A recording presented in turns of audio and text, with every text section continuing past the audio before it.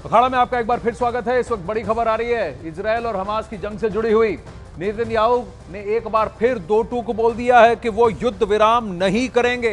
उन्होंने अमेरिका का नाम लिए बिना इशारों में ये साफ कर दिया है कि उनका ये संदेश दोस्तों और दुश्मनों दोनों के लिए है, क्योंकि वो जंग तब तक नहीं रोकेंगे जब तक जीत नहीं जाते। जबकि इससे पहले पिछले हफ्ते बाइडेन ने एक छोटे से युद्ध विराम का सुझाव दिया था। यही नहीं, खबर यह भी आई थी कि ब्लिंकन और नेतन्याहू की मुलाकात में भी यह मुद्दा उठाया गया था, जिसमें नेतन्याहू ने युद्ध विराम से पूरी तरह से साफ मना कर दिया कि अब की बार हम नहीं रुकेंगे। अब वहीं हमास के ठिकानों और हमास के लड़ाकों को इजरायल की सेना चुन चुन कर मार रही। सोमवार को इजरायली सेना के निशाने पर हमास के वो ठिकाने रहे जो उसने अस्पताल की आड़ में बनाए हुए हैं। फिलिस्तीन के स्वास्थ्य मंत्रालय ने दावा किया है कि इजरायली सेना ने गाजा के 2 अस्पतालों को निशाना बनाया, तो वहीं इजरायली सेना इस आरोप से इनकार कर रही है और हमास के ठिकाने तबाह करने का दावा कर रही है। देखिए,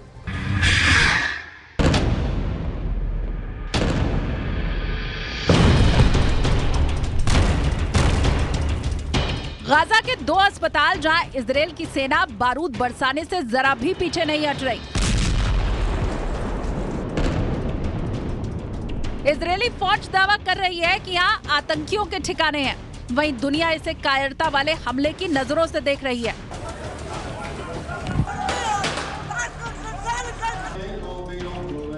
क्योंकि इस इमारत में आतंकियों का तो पता नहीं, लेकिन आम नागरिक जरूर मौत को गले लगा रहा है। इस बार इजरायली सेना के निशाने पर है गाजा का अल कुद्स और अल शिफा अस्पताल।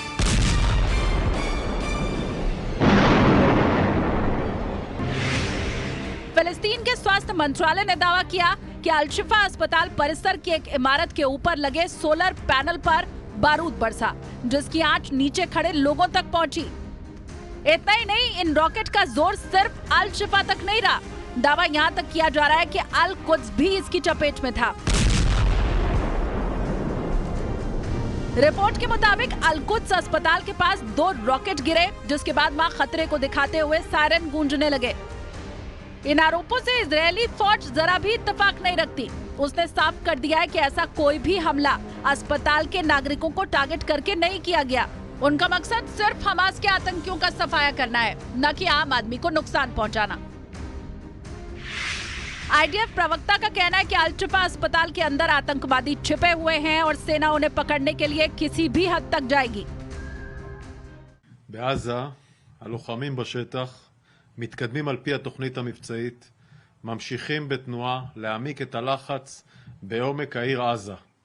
הלוחמים שלנו בשעות האחרונות בגדוד 51 ובאזורים נוספים חיסלו מספר מחבלים במהלך התנועה שלהם בהעמקת הלחץ על העיר עזה.